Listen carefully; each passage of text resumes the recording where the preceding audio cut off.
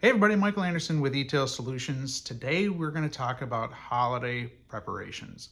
Now there are a lot of different things that you can talk about as it relates to preparing for the selling season, right? You can talk about how you do your promotions and your pricing and your website and customer service, all those different things. We're going to focus in specifically on multi-location inventory planning and just some of the key concepts to keep in mind as it relates to having a successful and profitable selling season from an inventory standpoint. So the first thing is, let's take a look at what the experts are predicting in terms of this year versus last year. This year, I just saw a report from Adobe that is saying that they're predicting a 4.8% increase year over year in sales, as opposed to last year was 3.5%. So now those are down from years past, but it's showing that effectively we're expecting a little bit more demand here yet this year, and then we're still looking at some growth, which is fantastic.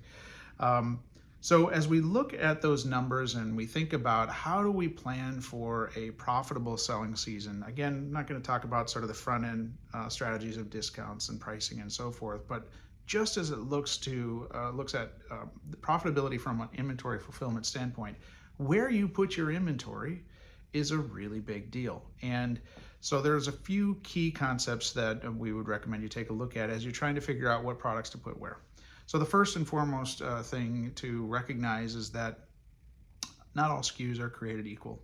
And that might seem a little bit like a no-brainer statement, but it's important to recognize that the Pareto principle is alive and well in the e-commerce world, which effectively, also known as like the 80-20 rule, basically means that you've got a small portion of your overall catalog that's going to generate the majority of your sales. So isolating what your fast movers are is the most important thing that you can do that's going to have the biggest impact on your overall profitability, at least from a shipping cost standpoint.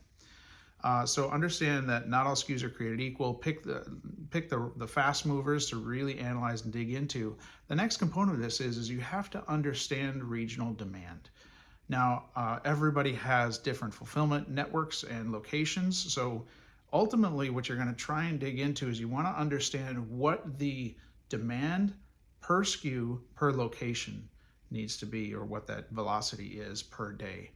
Now, you can look at that for your historical sales here over the last few months and try and come up with what the appropriate number is. But you then also have to remember that we're looking at a seasonal demand profile, right? So a demand profile effectively is a multiplier on your prediction for ordering that would say, hey, look, over the last 3 months, we were experiencing a certain amount of demand, and during the fourth quarter, we're expecting that our demand is going to be 1.7 times that. So you can use it as a simple multiplier. If you have historical numbers that you can go back to for last year and try and understand what those demand profiles look like, that's a good thing. The more granular you can get, the more accurate you will be, clearly. So you can look at overall sales and see that there's a demand profile in terms of an increase. The closer you can get to what was my actual demand profile per SKU, even better, right? The next component of trying to understand regional demand, lots of different ways of going about that. I'm not going to dig into those right now. Hopefully you have a system that can deliver some of that regional demand information for you to make wiser decisions as it relates to that. Now, when we think about why going through all this analysis, and it is work, right? You got to dig into the data, you got to crunch the numbers, you got to understand it. Why go through all of that?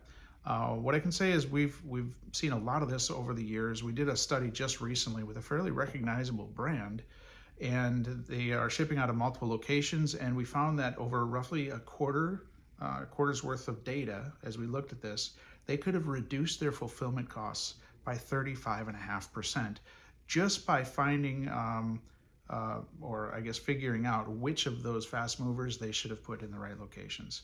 So the opportunity is definitely there, and depending on your volume and the types of products you sell, getting the right products into the right locations in preparation for the holidays can make or break your season as it relates to your profitability. So those are the quick tips I just wanted to run through here today. If you've got questions about this or would like to dig into this at a deeper level and want to talk to somebody, feel free to reach out to us. We'd love to chat. You can find us at etailsolutions.com and schedule a time to talk.